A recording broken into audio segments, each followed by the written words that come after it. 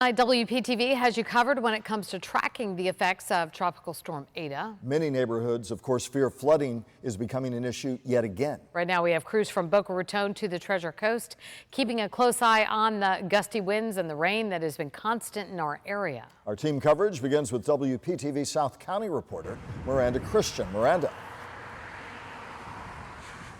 And I'm in Boca Raton right now. I am off Federal Highway, just a little past the 20th Street here, and we're actually getting a break from the rain right now. Still pretty windy, still getting some gusts, but we actually saw something a little bit ago. Across the street from me is a public shopping center. We saw a flash of lightning, and that whole area went out of power, and the power has not come back on. So that's been out of power. The McDonald's is still on right here, but the Publix and the Chipotle and the Panera, all that's back there is now out of power. So that's all we've seen. Again, not raining, but still very gusty.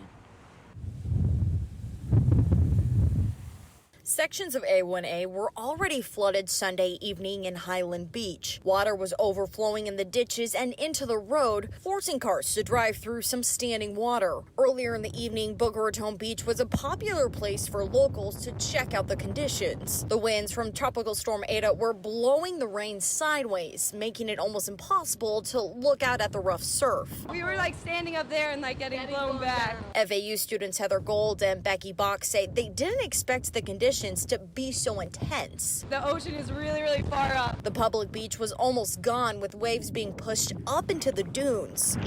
Frank Sallin says he always checks out the ocean when there's a storm. What else is there to do in Florida? After the sun went down, the windy conditions continued in Delray Beach. Some wind gusts knocked down leaves and palm fronds near Atlantic Avenue.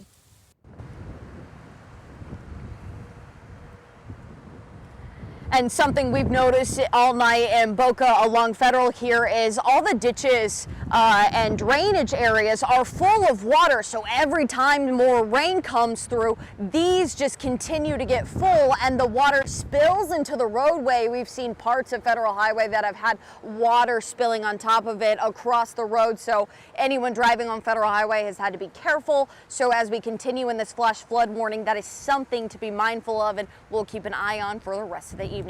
Reporting live in Boca Raton, I'm Miranda Christian, WPTV News Channel 5.